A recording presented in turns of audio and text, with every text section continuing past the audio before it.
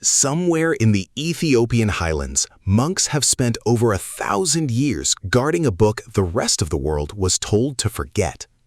It doesn't describe Noah's flood the way you learned it in Sunday school. It doesn't describe the years before the flood the way any textbook ever taught you. It describes something else, a civilization, a rebellion, a hybrid species that should not have existed, and a reason the flood happened that has almost nothing to do with rain. For centuries, this book was banned, burned, erased from the official canon of nearly every major religious tradition on Earth. And yet, somehow, it survived. Not in Rome, not in Jerusalem, not in the great libraries of Europe. It survived at the edge of the known world, in stone churches carved into cliffsides, copied by hand, generation after generation, as if someone was terrified of what would happen if it disappeared completely. Tonight, we're opening it back up, because buried inside its pages is a version of the ancient world so strange, so specific, so disturbing in its detail, that once you see it, you will never read the story of Noah the same way again. The Book of Enoch claims to be written by a man named Enoch, a figure mentioned only briefly in the book of Genesis, described in a single unsettling line. He walked with God, and he was not, for God took him. No death, no burial, just gone. In the world of ancient Near Eastern tradition, that kind of disappearance meant one thing. Enoch didn't just live a righteous life. He was taken somewhere. He saw something. And according to the text that bears his name, what he saw was the architecture of the heavens themselves and the crime that was about to destroy the world. For nearly 2,000 years, most of the Western world had no access to this book at all. Referenced by name in the New Testament letter of Jude, quoted even, treated as familiar scripture by early Jewish and Christian communities. And then, by the 4th and 5th centuries, it began vanishing from official canons entirely. Historians still debate exactly why. Some point to its stranger claims about angels and giants. Some point to political pressure as religious authorities standardized which texts counted as scripture and which didn't. What's not in dispute is the outcome. For over 1,000 years, the only complete copies of the Book of Enoch that survived were preserved almost exclusively by the Ethiopian Orthodox Church, where it remains part of the biblical canon to this day. It took until the late 1700s for a Scottish explorer named James Bruce to bring copies back to Europe. And when scholars finally sat down and translated it, what they found didn't read like a lost footnote. It read like a different story altogether.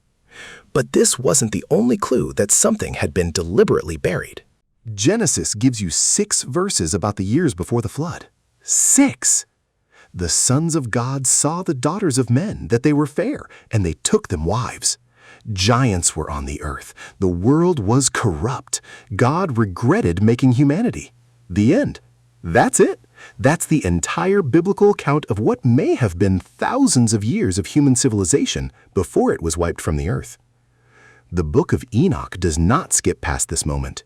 It stops, turns around, and spends chapter after chapter exactly what those 6 verses were trying not to say. According to the text, 200 angelic beings, referred to as watchers, descended to a mountain and made a pact, not a temptation, not a seduction, a conspiracy with names, ranks, and a leader.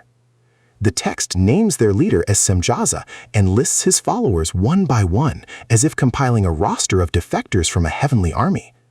Their crime wasn't simply interbreeding with humanity. It was what they taught while they were down here. This is where the story stops sounding like ancient mythology and starts sounding like something else entirely. According to the Book of Enoch, the Watchers didn't just descend and disappear into human society. They brought knowledge with them. Specific knowledge, weapon making, metallurgy, the forging of swords, knives, shields, and armor. One of the Watchers, identified in the text as Azazel, is described as teaching humanity how to make instruments of war, and separately, how to produce cosmetics, jewelry, and the art of beautifying the body, alongside techniques for reading omens in the stars. Other watchers reportedly taught the cutting of roots, the properties of plants, the working of metals, and the secrets of the sun and moon's movement through the sky. Astronomical knowledge that, according to the text, humanity was never meant to possess this early. Think about what that actually implies.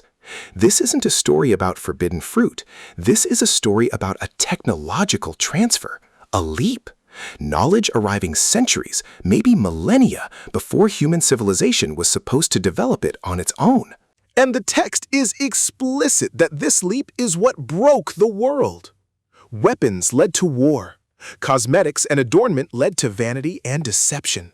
Astrological knowledge led to a society organizing itself around forces it didn't understand and couldn't control. The corruption in Genesis' 6 verses wasn't just moral decay. According to Enoch, it was the direct result of technology arriving in the hands of a civilization that wasn't ready for it. And that civilization's children were about to become something the ancient world had no name for. The deeper researchers looked into the text, the stranger the description of those children became. Genesis calls them Nephilim, a single mysterious word, translated in different versions as giants, the fallen ones, or simply left untranslated because scholars aren't entirely sure what it means. Enoch doesn't leave you guessing. The offspring of the Watchers and human women are described as growing to enormous size, and their appetite is described as outpacing anything the earth could sustain. The text describes them consuming the labor of humanity, then turning on humanity itself, and eventually turning on each other. Then comes the detail that changes the entire trajectory of the story. According to the text, when these hybrid beings finally died, they did not simply cease to exist. Their spirits remained on the earth, separated from both the world of the living and the realm of the dead, becoming a category of being the text calls evil spirits, restless, hungry, and bound to the earth's surface. Read that again. The text is not just describing a monstrous ancient species.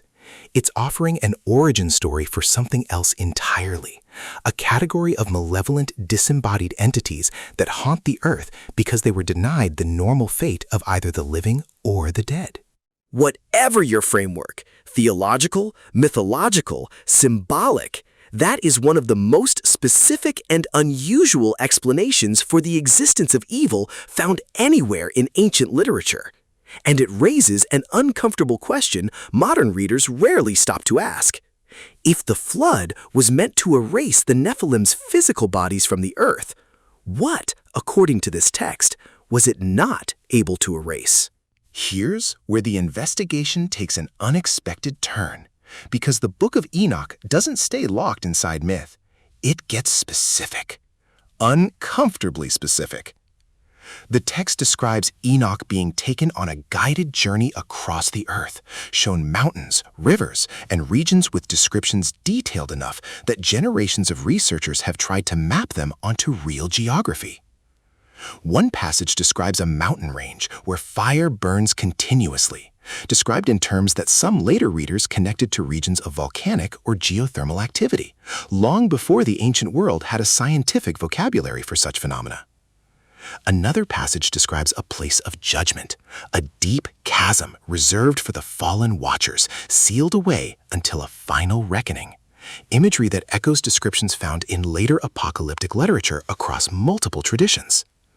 Scholars are divided, and it's important to be honest about that division. Some argue these passages are purely symbolic, cosmological architecture rather than earthly geography. Others argue the text is drawing, however imperfectly, on real geographic knowledge available to authors living in the ancient Near East, encoding real locations inside symbolic language. What's undeniable is this. Whoever wrote these passages was not simply inventing vague, dreamlike imagery. They were describing a world with edges, coordinates, and landmarks. A world someone, at some point, believed was real enough to map. That's where the story changes completely. Because if even a fraction of this geography reflects real ancient tradition, it means the authors of Enoch believed the events they were describing happened in actual, locatable places, not in some abstract mythic elsewhere. And that raises the next question researchers can't seem to let go of. In 1947, in the caves above the Dead Sea, a shepherd stumbled onto one of the greatest archaeological discoveries of the 20th century. Among the thousands of scroll fragments found at Qumran, the Dead Sea Scrolls, archaeologists identified fragments of the Book of Enoch itself, written in Aramaic and dating back over 2,000 years. This detail matters more than it might seem. It confirms that the Book of Enoch wasn't a late invention, tacked on centuries after the fact by the Ethiopian church that preserved it. It was already circulating, already being copied and studied by a Jewish community living in the centuries before Jesus, a community so serious about preserving their sacred texts that they hid them in sealed clay jars in remote desert caves, specifically so they would survive. They wanted this text to outlast them. And it did. For nearly 2,000 years, it waited in the dark, sealed away in the same kind of concealment the text itself describes happening to the fallen watchers, hidden, bound, waiting for a moment of revelation. Researchers who noticed that parallel have never been able to fully shake it. But the deeper you go into what the Qumran fragments reveal, the stranger the picture becomes. Because the Enoch material found at the Dead Sea wasn't a single unified book. It was several distinct texts written across different centuries, describing overlapping but not identical versions of this same pre-flood world. Which means the story of the Watchers wasn't a one-time literary invention. It was a tradition, retold, expanded, and reinterpreted by multiple generations of writers who each believed, or wanted their communities to believe, that something catastrophic had happened to the earth long before Noah ever built a boat. By the time the flood arrives in the Enoch narrative, it isn't framed the way most people remember it. It isn't simply divine anger at generic human sin. It's described as a targeted response to a specific breach, a containment event meant to remove a hybrid population that was never supposed to exist, wipe out knowledge that was released too early, and seal away the beings responsible before they could do it again. The angel Michael is described as being sent to bind the leader of the Watchers, dragging him into darkness and sealing him beneath the earth until a final day of judgment. Not destroyed, not erased, bound, sealed, waiting. The text is explicit that this was not the end of the story, only the end of one chapter of it. And that single detail is what has kept researchers, theologians, and independent investigators returning to this book for centuries.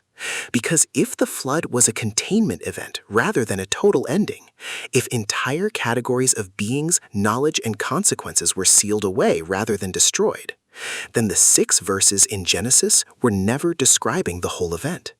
They were describing the moment right before someone chose to close the door. Here's what nobody can fully explain. Why would a civilization erase almost every trace of the story, except the 6 verses in Genesis, just specific enough to prove it happened, and just vague enough to make sure nobody could ever fully reconstruct it? Why would this book, out of every ancient text available, be the one preserved for 1,000 years at the edge of the known world, in a place few outsiders ever thought to look?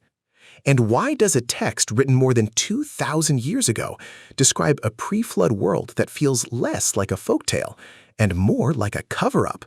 Knowledge introduced too early, a population that shouldn't have existed, a judgment that's sealed rather than destroyed. We don't know the full answer. Nobody does.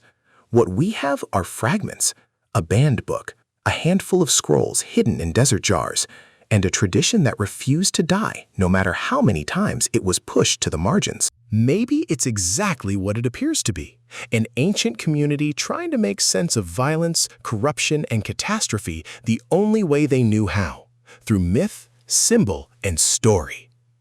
Or maybe, somewhere in those 6 sparse verses of Genesis and the sprawling, unsettling chapters of Enoch, there's a memory of something that actually happened.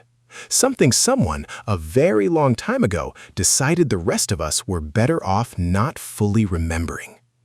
Either way, the door in that story was never described as destroyed, only sealed. And every sealed door eventually is opened by someone.